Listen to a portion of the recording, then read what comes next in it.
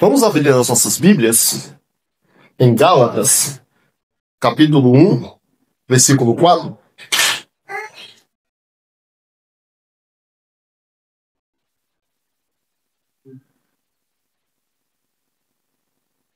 Gálatas, capítulo 1, versículo 4.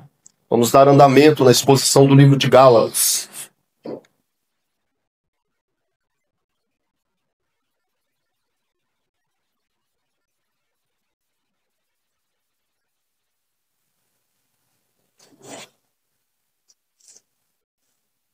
Todos encontraram? Vamos fazer a leitura? Diz assim as Escrituras: o qual se deu a si mesmo por nossos pecados, para nos livrar do presente século mau, segundo a vontade de Deus, nosso Pai. Esse versículo aqui, ele é uma continuação do versículo 3. Vamos ler o versículo 3 novamente, juntamente com o 4, para a gente poder contextualizar. Diz assim: graça a vós e paz da parte de Deus Pai e de nosso Senhor Jesus Cristo, o qual se deu a si mesmo por nossos pecados, para nos livrar do presente século mau, segundo a vontade de Deus, nosso Pai. Vamos orar? Precioso Deus, nós achegamos mais uma vez perante a Tua face santa, a face de um Deus justo, que não conhece o pecado, de um Deus cujos serafins devem cobrir os seus rostos diante da Tua face. Nós comparecemos aqui, ó Deus, não em nosso próprio nome, mas no nome de Cristo, e pedimos ao Senhor que a sua doce graça, o seu amor se manifeste mediante a exposição da Tua palavra. Permita, Senhor, graciosamente que sejamos edificados pelas Sagradas Escrituras, pois o Senhor fala por intermédio dela. E por intermédio dela nós queremos ser edificados, por meio da palavra do Senhor. Eu lhe peço humildemente que me conceda a plenitude do seu Espírito para pregar com intrepidez e com sabedoria. Acima de tudo, nós desejamos nessa noite que o Senhor receba a honra, a glória e o louvor, pois elas lhe são devidas. Pois só o Senhor é Deus. Só o Senhor merece. Só o Senhor é digno de receber a adoração das suas criaturas. Pois só o Senhor é o Senhor. Nós oramos nessa noite no precioso nome de Jesus. Amém. Queridos, o tema que eu escolhi para a nossa mensagem nessa noite são as bênçãos do Evangelho. Nós cantamos aqui, alguns momentos, promessas e bênçãos dos céus. Não é novidade que muitas igrejas, ou pelo menos ditas igrejas, usam essas palavras, bênçãos de Deus, promessas de Deus, para categorizar uma vida isenta de pecado, uma vida isenta de sofrimento. Nós vemos muito por aí, muitos pastores, muitos líderes, se é que assim podemos chamá-los, pregando promessas que não têm nada com que ver com as Escrituras. Uma vida de riqueza, de prosperidade financeira, uma vida sem dor, sem sofrimento, uma vida no céu. É isso que eles pregam, uma vida no céu, na terra. Uma vida que não envolve sofrimento, dessabores. E eles usam esses termos, bênçãos e promessas, para cativarem pessoas, para arredando essas pessoas, tomar dinheiro, tomar favores, enganando essas pessoas e conduzindo, consequentemente, essas pessoas ao inferno. Porque a mensagem do Evangelho, ela carrega bênçãos. É verdade, o Evangelho é um Evangelho de bênçãos. Mas, será que nós sabemos que bênçãos são essas que decorrem do Evangelho? Será que, quando Cristo morreu na cruz, Ele queria conquistar para nós uma vida de riqueza? Uma conta bancária recheada? Será que quando Cristo morreu na cruz, Ele queria que nós não tivéssemos mais dores, doenças e enfermidades? Será que a proposta do Evangelho para nós, neste presente século, envolve isso? Nós sabemos identificar quais são as promessas do Evangelho? Nesse texto aqui, nós vamos ver aqui algumas promessas ou algumas bênçãos que decorrem do Evangelho. E são bênçãos que eu não estou inventando. Nós, pelo próprio bom senso, ao analisar, podemos contemplar essas bênçãos que iremos encontrar aqui. São bênçãos que procedem da boca de Deus, procedem das Sagradas Escrituras, não procedem da imaginação humana, da elucidação humana, não procede do coração do homem. São promessas reais, promessas que estão no texto e não tem nada com que ver com as palhaçadas que vemos por aí. Por isso, irmãos, voltem aí comigo seus olhos em Gálatas 1:4. Olha a primeira parte aí, Gálatas 1:4, a parte A. Olha o que Paulo diz aqui. O qual está se referindo a Cristo, no versículo 3. Ele volta a atenção dos seus destinatários, Gálatas, para a pessoa de Jesus. E ele diz o seguinte: o qual se deu a si mesmo por nossos pecados. Para que possamos entender melhor o que Paulo está querendo dizer nessa primeira parte do versículo 4, é importante que tenhamos em mente a condição dos destinatários. Qual era a condição dos Gálatas aqui? Nós falamos isso na nossa introdução. As igrejas da Galácia estavam inclinadas a abandonarem o Evangelho para seguir um sistema legalista de salvação pelas obras. Falsos mestres estavam engendrando essas pessoas com uma mensagem baseada na fé em Jesus Cristo, mas também na lei de Moisés. Então Paulo volta bem na introdução, ele já quer, aqui é um lampejo daquilo que Paulo vai discorrer em toda a carta. Ele vai chamar a atenção dos Gálatas para que eles se lembrem da suficiência da pessoa e da obra de Cristo. Ele diz o seguinte, que Jesus Cristo, ele se deu por nossos pecados.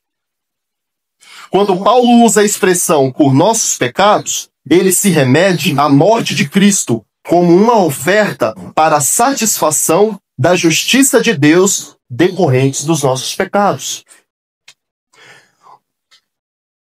Queridos, o Deus da Bíblia, o único Deus verdadeiro, ele tem um atributo chamado justiça. Deus é justo. Deus, ele é justiça. Isso significa, o que isso significa? Significa que Deus, em tudo que ele faz, ele age com justiça. E o que é agir com justiça? Diante das suas criaturas morais, é dar a cada um a retribuição que merece.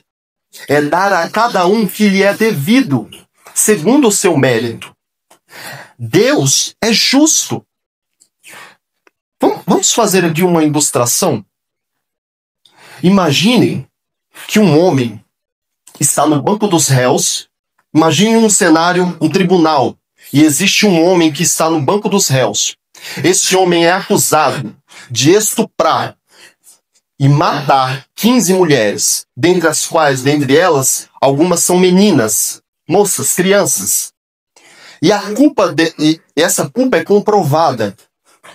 Mas então, o juiz que está diante daquele tribunal, que está julgando aquele caso, dá uma sentença favorável àquele criminoso.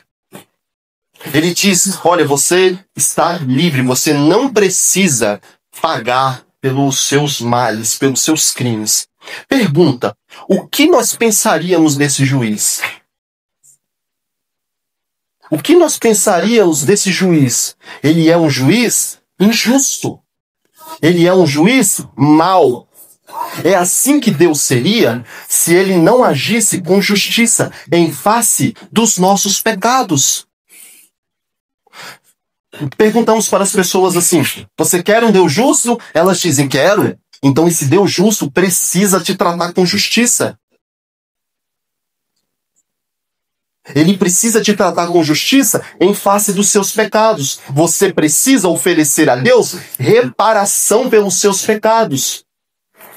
Você precisa ser condenado ao inferno e pagar pelos seus pecados em face de um Deus justo.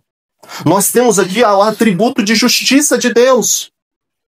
E ao mesmo tempo, as Escrituras também dizem que Deus é rico em amor, que Ele é um Deus amoroso, e Ele quer salvar um povo para si. Então nós temos aqui um impasse. Nós temos um Deus que quer aplicar a justiça, e Ele vai aplicar essa justiça, Ele precisa satisfazer a sua justiça, e Ele também é um Deus amoroso, Ele quer salvar pecadores. Como então a gente vai tentar harmonizar essa realidade de um Deus justo e amoroso sem que Deus deixe de tratar um pecador com justiça? É através da pessoa de Jesus. Quando Paulo usa aqui que Jesus, o qual se deu uma oferta voluntária, Jesus se entrega como uma oferta voluntária, ele se entrega por nossos pecados.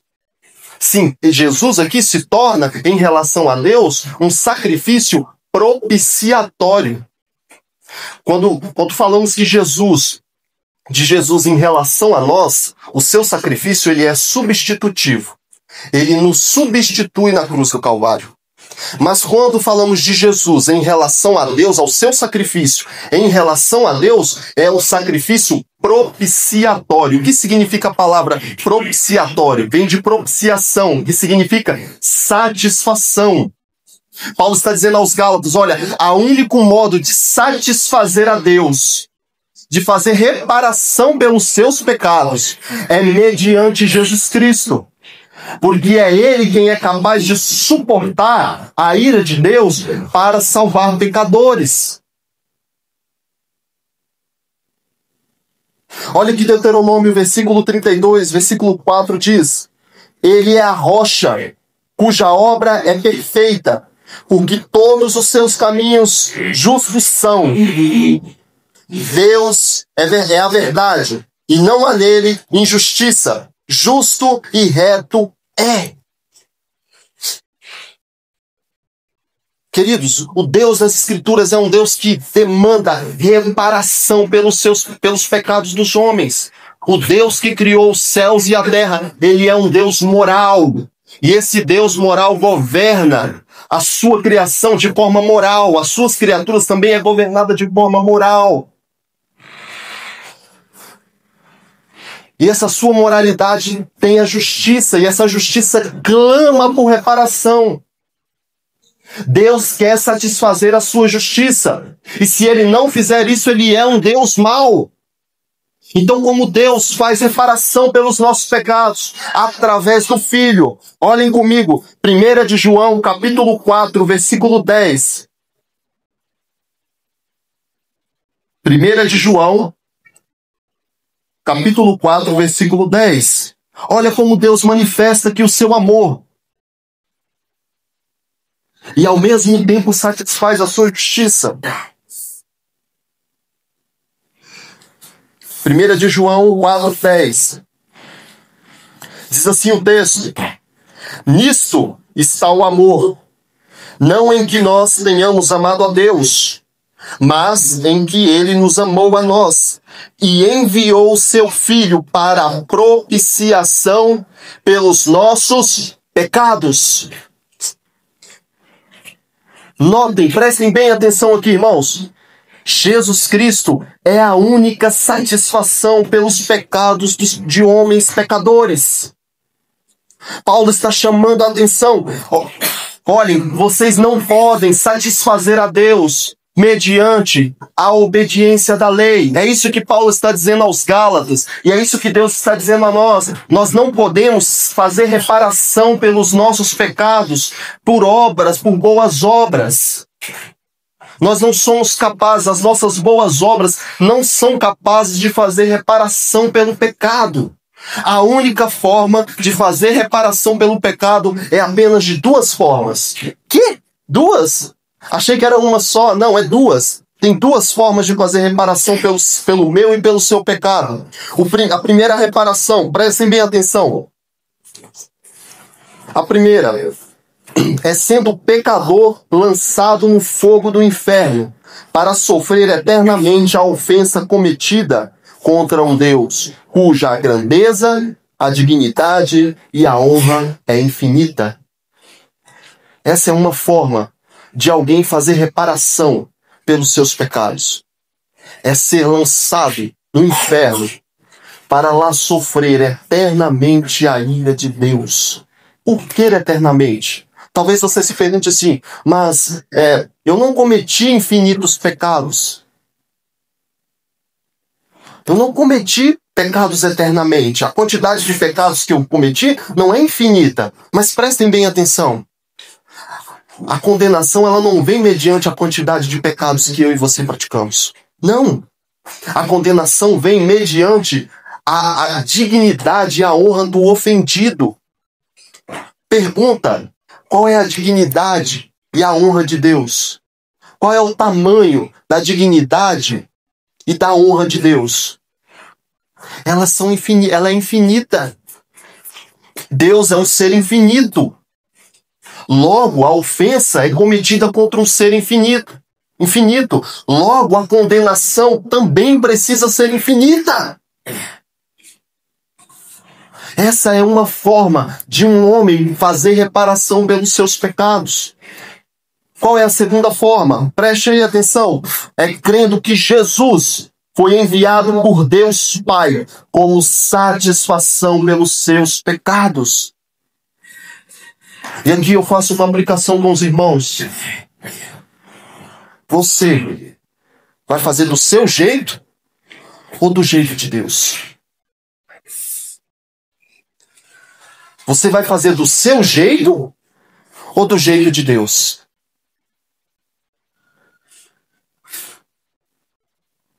O meu conselho é que você escolha a segunda opção.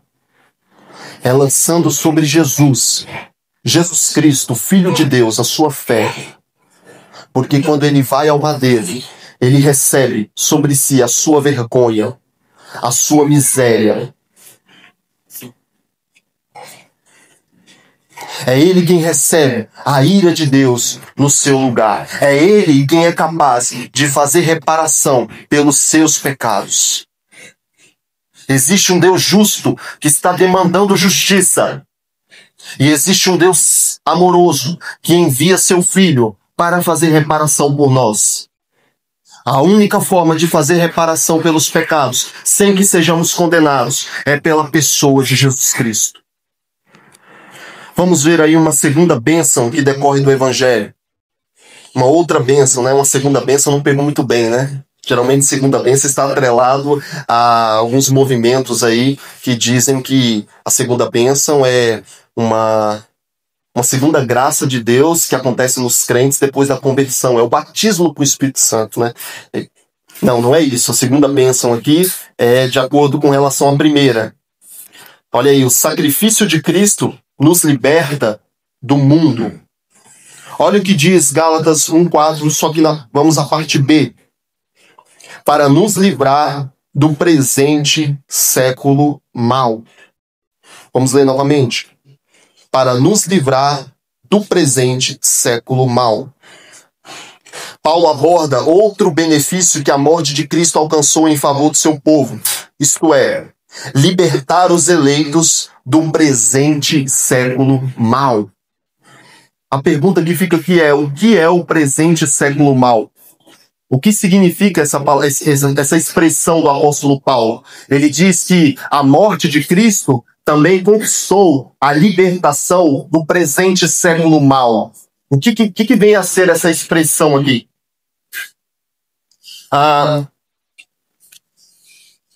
Primeiro, a gente pode dizer que essa expressão tem três significados aqui.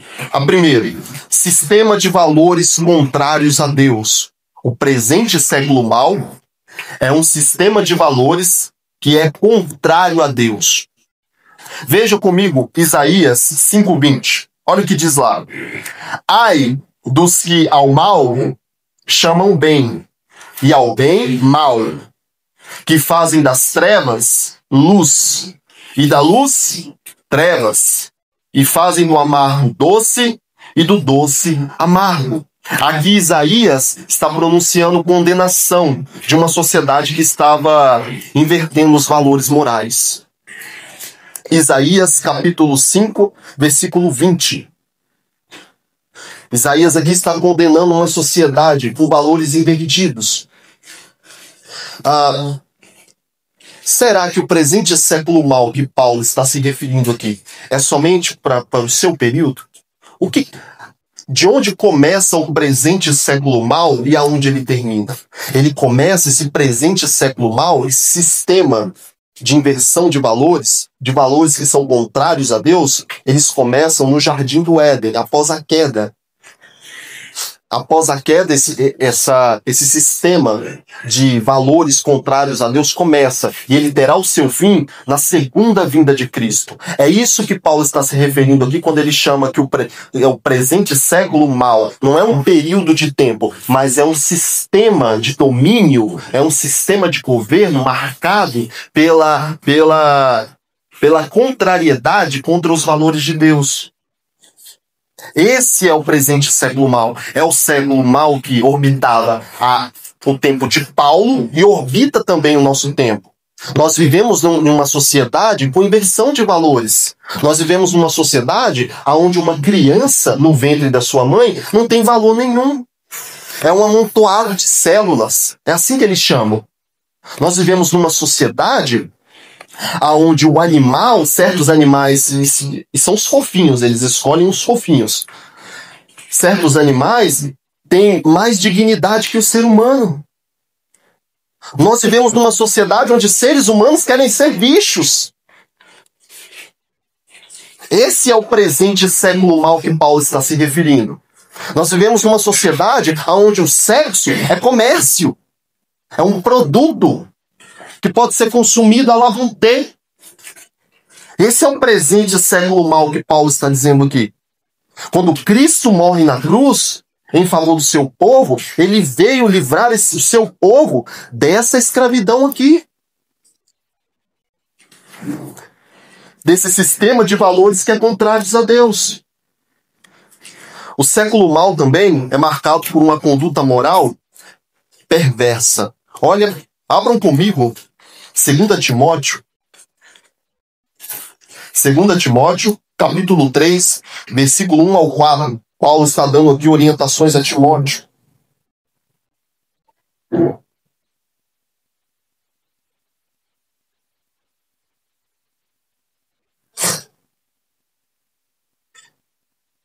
Perdão, irmãos. 2 Timóteo. 2 Timóteo, capítulo 3, versículo 1 ao 4. Olha como é caracterizado aqui o presente século mal.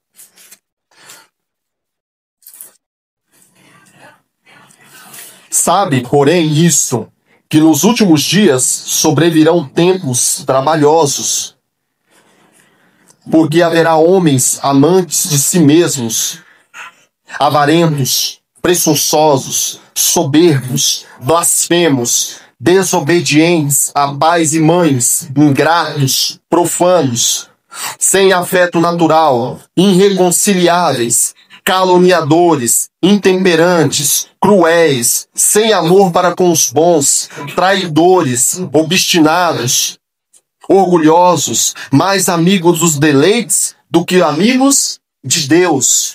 Olha o que Paulo está dizendo a Timóteo, como se caracterizará o fim dos tempos, o fim do presente século mal. A maldade, a perversidade do homem vai disseminar cada vez mais. É isso que o apóstolo Paulo está dizendo aqui com o presente século mal. Ele também diz aqui que o presente século mal também é um domínio espiritual de Satanás. É um sistema de valores que é contrário a Deus, marcado por homens perversos que estão sob o domínio de Satanás. Abram comigo Efésios, capítulo 2, versículo 2 e 3. Volta um pouquinho sua Bíblia. Efésios, capítulo 2, versículo 2 e 3.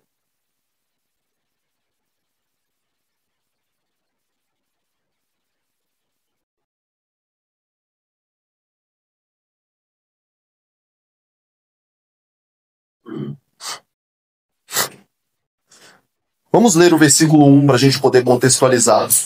Olha o que diz aí. E vos vivificou estando vós mortos em ofensas e pecados, em que noutro tempo andaste. O andaste aqui é uma forma de viver, é uma forma de vida, é um princípio de vida, é a forma de viver que Paulo está dizendo aqui. Em que noutro tempo andaste, segundo o curso deste mundo, segundo o príncipe das potestades do ar, do espírito que agora opera nos filhos da desobediência. Esse sistema maligno é regido por Satanás. Satanás é aquele que governa este mundo, fazendo com que os homens se afastem de Deus. Ele é o regente por trás deste sistema de governo que é contrário a Deus. Prestem bem atenção o que Paulo diz aí, ainda em Efésios 2, olha o que ele diz aí. No versículo 3. Entre os quais todos nós também andávamos, nos desejos da nossa carne, fazendo a vontade da carne e dos pensamentos. E éramos, por natureza, filhos da ira, como também outros.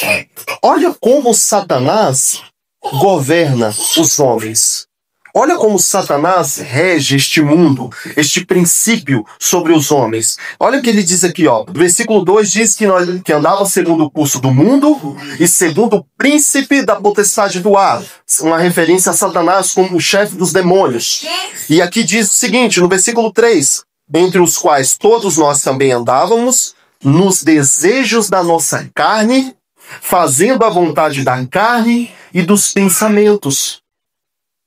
Essa é a forma como Satanás governa sobre os homens. Ele fomenta, ele instiga o coração dos homens para que se entreguem aos seus próprios desejos, aos seus próprios corações corrompidos pelo pecado. E quando eles fazem isso, eles estão em rebelião contra Deus. 2 Coríntios, capítulo 4, versículo 4, diz que Satanás é o Deus deste século. Uma referência que o povo, os homens, adoram Satanás fazendo a sua vontade. Por isso que ele é chamado de o Deus deste século. Não é que ele é Deus, mas como uma divindade pagã, os seus adoradores exercem a sua vontade. Levando em consideração, irmãos, que Satanás é o regente, é aquele que governa sobre este sistema corrupto, nós temos outros versículos da Bíblia que mostram que também Satanás é inventor de males. Será que Satanás cria religiões, igrejas, com o objetivo de cegar pessoas? Será que ele faz isso? O que vocês acham? Será que Satanás inventa doutrinas, inspira corações de homens para inventar doutrinas, para manter esses homens cegos, para manter eles presos neste presente século mau? Eu acho que sim.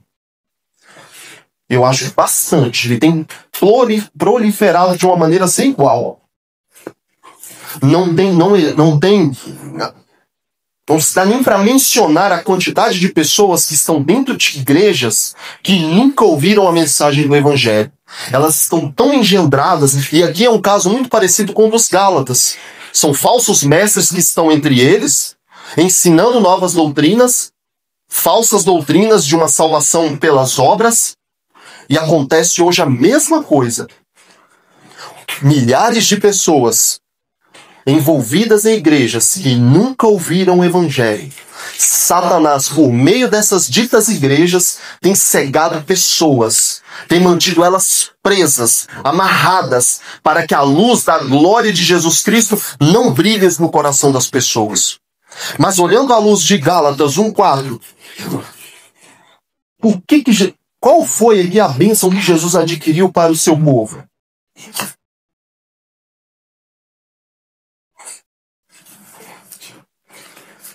Nós já aprendemos aqui o que é o presente século mau. Quando Cristo ele vai à cruz, ele também tinha esse propósito. Livrar o povo deste presente século mau. Essa é a bênção do Evangelho. Essa é a bênção do Evangelho. Quando o Cristo se entrega no madeiro, ele tinha como finalidade libertar os seus eleitos deste presente século mau. Ele tinha como finalidade mudar a mente dos seus eleitos de um sistema contrário a Deus, de valores contrários a Deus. Ele tinha como finalidade libertar os seus eleitos da escravidão, do pecado, da perversidade. Ele tinha como objetivo libertar os seus eleitos da escravidão do diabo. Quando Cristo vai à cruz, ele vai para libertar o povo da escravidão do pecado, da justiça, do pecado, do mundo e do diabo.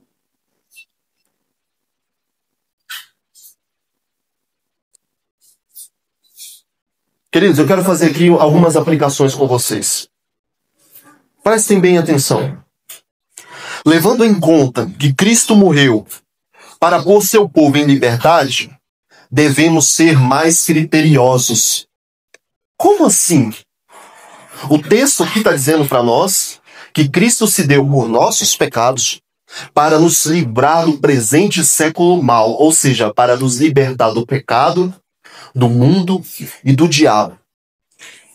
Por que eu estou dizendo isso? Nós estamos vivendo numa geração onde qualquer pessoa que diz assim, eu sou cristão, ele é tido como cristão.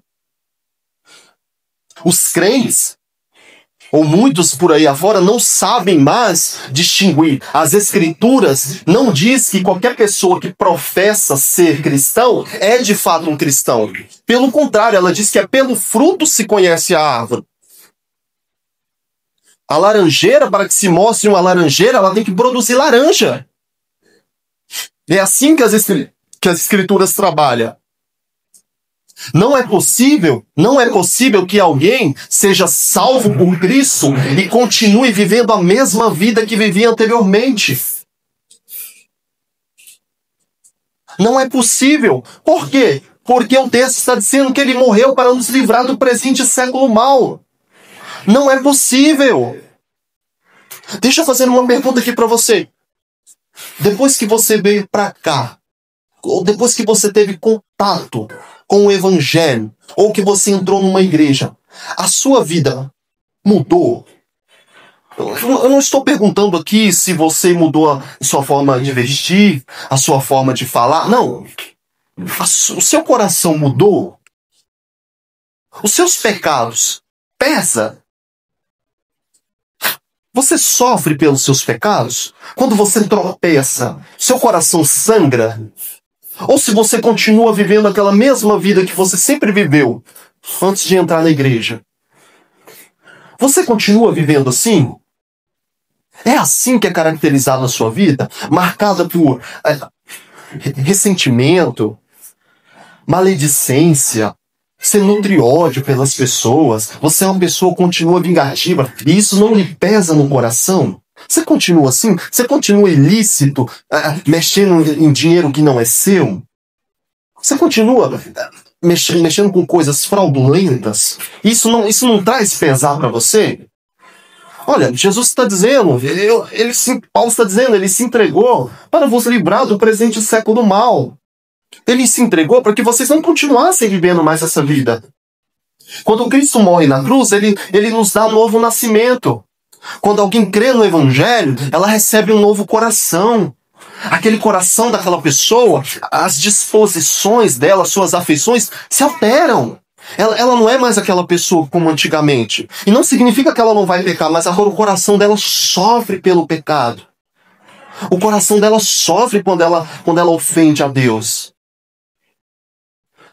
Como é a sua vida? Não precisa me responder. Responda para si mesmo. Como é a sua vida? Responda com sinceridade. Que se você ainda está vivendo uma vida, a mesma vida que você vivia antes de entrar numa igreja, ou até mesmo antes de ouvir o Evangelho, olha, você não é um cristão. Você ainda está debaixo do presente século mau. Você não é um crente. Você está enganando a si mesmo. Você está se ludibriando. É uma autoenganação. Se você se identifica com essa pessoa, deixa-me lhe dizer uma coisa. Você está brincando com coisa muito séria. Você está brincando com coisa muito séria. Até quando? Até quando você irá se degladiar contra o Espírito? Ele dizendo, venha, e você diz, não. Ele diz, venha, e você diz, não quero, não vou, está bom aqui. Deixa para quando eu estiver perto de morrer. Vou te assustar, você pode sair ali fora e um carro passar por cima de você. É ilusão pensar isso. É uma grande ilusão pensar que você vai viver a sua vida tranquila e a morte não lhe chegará. É uma grande ilusão. Se você está vivendo essa vida, pare de se enganar. Pare de se iludir. Lance sobre Jesus Cristo a sua fé, para que você receba novo coração e seja transportado das trevas para a sua maravilhosa luz, para que você tenha uma nova vida. Quero fazer uma outra aplicação com os irmãos. Levando em conta o texto, Jesus conquistou libertação através do seu sacrifício. Será que existe culto de libertação? Será que hoje existe culto de libertação? Se nós avaliarmos o Antigo Testamento, o Novo Testamento, os apóstolos, Jesus, nós encontramos nas Escrituras culto de libertação? Isso existe nas Escrituras? Pegar óleozinho e levar para casa, passar na testa. Eu lembro que minha mãe, ela assistia um desses homens na televisão e ela botava uma garrafa de água sobre a TV, aquelas TV de tubo na época. Ela colocava ali e me dava água para beber. Ela tinha uma esperança de mudança ali, mas era o inverso. Eu ficava pior, ficava um demônio. Era diferente, eu piorava. Irmãos, esses cultos de libertação não podem operar absolutamente nada. Você pode passar óleo, pode fumar a rosa, pode mergulhar, pode fazer o que for. Nós até entendemos que existem pessoas que são escravas de muitos vícios. E essas pessoas muitas vezes procuram, com a melhor das intenções, essa libertação. Há, às vezes, nessas pessoas uma boa intenção. Elas querem ser livres. Pessoas querem ser livres da pornografia, livres das drogas, livres das bebidas.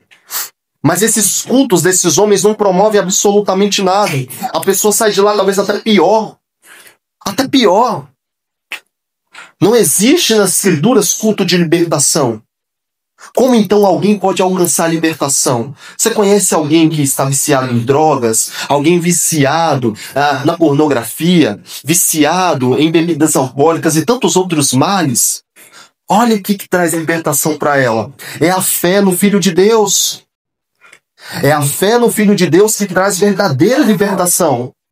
É a fé no Filho de Deus que promove um novo coração. E aquele coração agora ele é capacitado por Deus a rejeitar o mal. A Bíblia diz que Deus nos dá o seu Espírito e Ele nos auxilia para resistir ao pecado, para que não sejamos mais escravos, para que nós não vivamos mais no vício.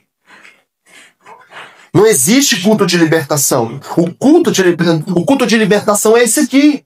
É esse aqui que é o culto de libertação. Qual? A palavra é pregada.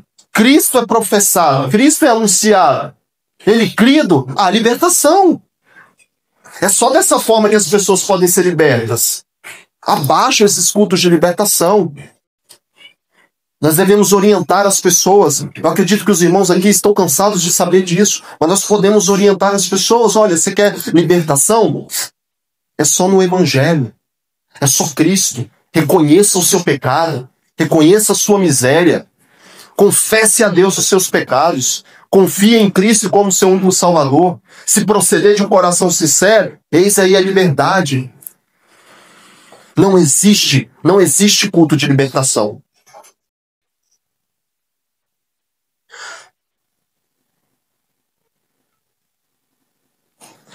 Olha aí uma outra aplicação. Se você que ainda não creu no Evangelho, Você é um escravo das suas paixões e de Satanás. Como é caracterizado as pessoas que ainda não creram no Evangelho? Efésios capítulo 2, versículo 2. Paulo aqui está falando com as igrejas de Éfeso, com os crentes de Éfeso. As pessoas a quem Paulo está falando aqui são crentes. Paulo está dizendo aqui como era a condição dessas pessoas antes. Olha o que Paulo diz. E vos vivificou, estando vós mortos em vossas ofensas e pecados, em que noutro tempo andaste segundo o curso deste mundo, segundo o príncipe das potestades do ar, do espírito que agora opera nos filhos da desobediência. Quando Jesus está debatendo com os judeus em João 8,44, o que ele diz para ele? Vós sois filhos do vosso pai, que é o diabo, porque vocês estão atentos a fazer a sua vontade. Estou parafraseando. As pessoas que ainda não creram em Cristo, se você que está aqui não creu em Cristo, deixe-me dar um conselho. Você é escravo do diabo. Você talvez não perceba isto. Você talvez não note isso.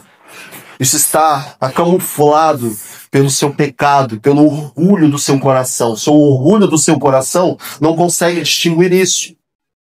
Mas se você não creu no Evangelho, você é escravo de Satanás. Você é escravo das suas paixões. Jesus Cristo diz: quem comete pecado é escravo do pecado. Essa é a sua condição. E por que isso é importante para você que talvez não creu no Evangelho? Para alguém que ainda não creu no Evangelho? É que o presente século mal que Paulo descreve no versículo 4 é um período transitório. Esse presente século mal irá acabar. Esse sistema que vigora no momento onde os homens se rebelam contra Deus e são governados por Satanás, irá acabar. Será destruído pela segunda vinda de Cristo. E adivinha quem vai também? Se você ainda não creu, adivinha, não é só o sistema que vai acabar. Não é só o sistema que será destruído. Você também. Você também será destruído. Isso deve causar alguma coisa em vossos corações, em nossos corações. Esse presente século mal que agora vigora, ele irá acabar. E aqueles que não creram também irão acabar, também responderão a Deus e serão condenados. Eu te convido nessa noite a lançar a sua fé no Filho de Deus. Porque quando ele se entrega na cruz, ele faz reparação pelos seus pecados. Ele aparta a ira de Deus, a condenação do inferno. E ele também aparta o domínio de Satanás, o domínio do mundo e o domínio do pecado, que agora reina no coração daqueles que não creem. Se você não creu, se você ainda não é um cristão, se você não entendeu Cristo, não recebeu Cristo como seu Salvador, eu te convido a invocar o nome do Senhor e dizer: Senhor, eu sou essa pessoa. Eu sou dominado pelo esse presente século mal. Eu confio no meu próprio orgulho, nas minhas boas obras. E eu entendi que esse presente século mal, ele irá acabar. Deus virá contra juízo contra aqueles que estão sobre este sistema de governo. Mas eu clamo ao Senhor por Cristo Jesus, através de Cristo Jesus, que o Senhor me salve deste presente século mal. Se isso for for feito de coração, você já estará livre deste sistema corrupto, que receberá no segundo advento de Cristo, na segunda vinda de Cristo, a ira de Deus. Existe aqui uma terceira bênção nesse versículo 4, mas eu não vou prosseguir com ele, porque o tempo não me permite. Gostaria de me delongar mais com a parte C do versículo, segundo a vontade de Deus, nosso Pai, e o versículo 5. Numa próxima oportunidade eu encerro essa primeira parte do livro, que é a saudação. Amém? Vamos orar? Precioso Deus, nós comparecemos diante da tua face e clamamos para que a sua graça e a tua misericórdia se manifestem, para que a doçura do seu amor e da sua benignidade se faça presente em nosso meio, porque o Senhor entregou o seu Filho, o seu doce Filho, por nossos pecados, para nos livrar do presente século mau, para nos tirar do domínio de Satanás, do mundo e das nossas paixões pecaminosas.